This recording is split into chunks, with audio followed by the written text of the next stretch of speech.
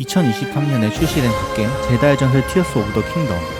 왕류는 엄청난 자유도를 가진 게임인 만큼 출시 전부터 개발자들이 신경 썼던 디테일은 다양했는데요. 그래서 오늘은 닌텐도에서 공개했던 왕눈 개발자에게 물어보았습니다를 통해서 왕눈 개발 과정에 숨겨진 여러가지 디테일들을 살펴보려고 합니다.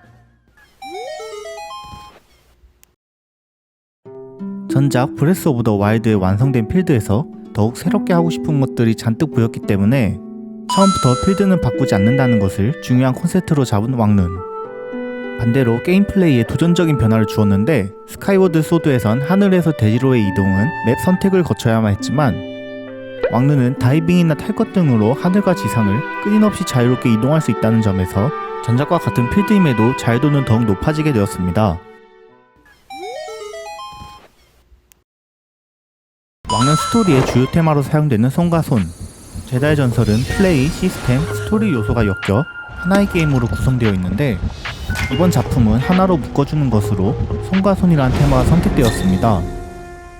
수수께끼를 풀 때 링크의 능력이 전부 손에서 발휘되고 게임 시스템적인 측면에서도 손을 이용한 장면들을 상징적으로 넣어두고 스토리에서도 여기저기 손이 중요한 키워드로 등장하는데 야숨은 넓은 세상에서 링크 혼자 사건을 풀어나가는 고독한 느낌이라면 왕눈은 다양한 캐릭터와 손을 잡고 협력하는 특징이 되었습니다.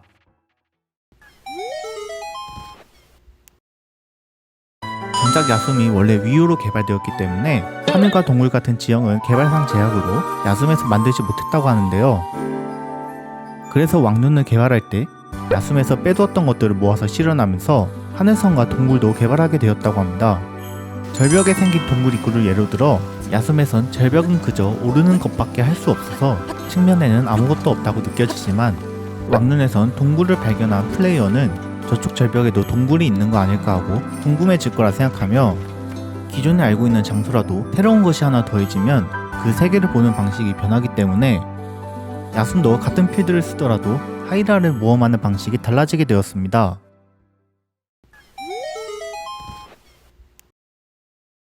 하고 싶은 플레이를 여러 방면에서 검증하기 위해 하늘섬을 계속 늘리다가 디자이너가 하늘에 섬이 너무 많아 지저분해 보인다는 지적까지 했다는데요. 이런 특성상 하늘과 땅이 경계 없이 이어졌기 때문에 지상에서 하늘섬을 올려다보면 생각보다 더 작게 보이고 하늘의 필드를 늘리게 되면 먼지가 떠있는 것처럼 보이기 때문에 최종적으로는 디자이너가 외형을 적절하게 조정했다고 합니다. 또한 하늘과 지상 경계 없이 이어졌기 때문에 사운드 측면에서도 어디서부터 변화를 줘야 할지 고민되는 부분이 많았다고 하네요.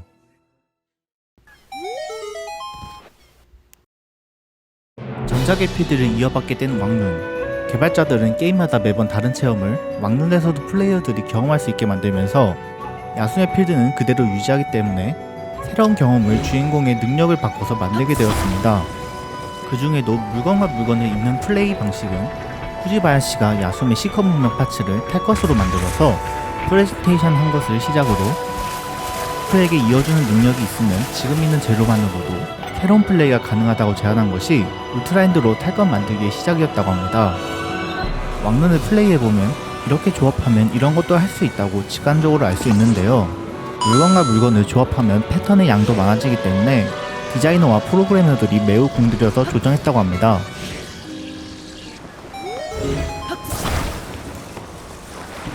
울트라인드로 물새끼리 붙이게 되면 초록색 접착제가 생기는 모습은 처음에 아오노마 에이지도 깜짝 놀랐다고 하는데요. 하지만 붙어있는 건지 아닌지 가장 알기 쉽게 표현하는 방법이 접착제로 표현하는 것이라서 그대로 되었다고 합니다. 접착제의 효과음도 현실적으로 소리가 구현되어 있고 게임 중에 몇 번이고 붙였다 뜯었다를 반복해야 하기 때문에 붙이는 소리는 물건과 상관없이 항상 같은 소리가 나게 만들어서 지금 붙일 수 있는 상태가 됐다는 것을 기능적으로 잘 전달했다고 합니다. 이렇게 해서 울트라인드의 접착제는 물건을 만드는 것이 익숙하지 않은 플레이어들도 접착제로 붙어있다는 걸 직관적으로 이해할 수 있게 설계되었죠.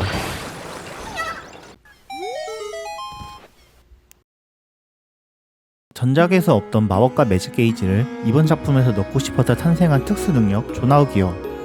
야숨의 초고대 기술 시커 문명과 반대로 왕눈은 미지의 문명이 지닌 영적인 힘을 사용한다는 것이 컨셉이기 때문에 마법 같은 편리한 물건이 만들어지게 되었다고 합니다. 하지만 스피리추얼한 아이템이라고 해도 무엇인지 알 수 없으면 플레이어들이 사용하지 않을 수도 있기 때문에 이런 용도로 쓰일 거야 하고 직관적으로 이해할 수 있는 가전제품의 모습으로 지금 내 조나우기어가 탄생하게 되었습니다.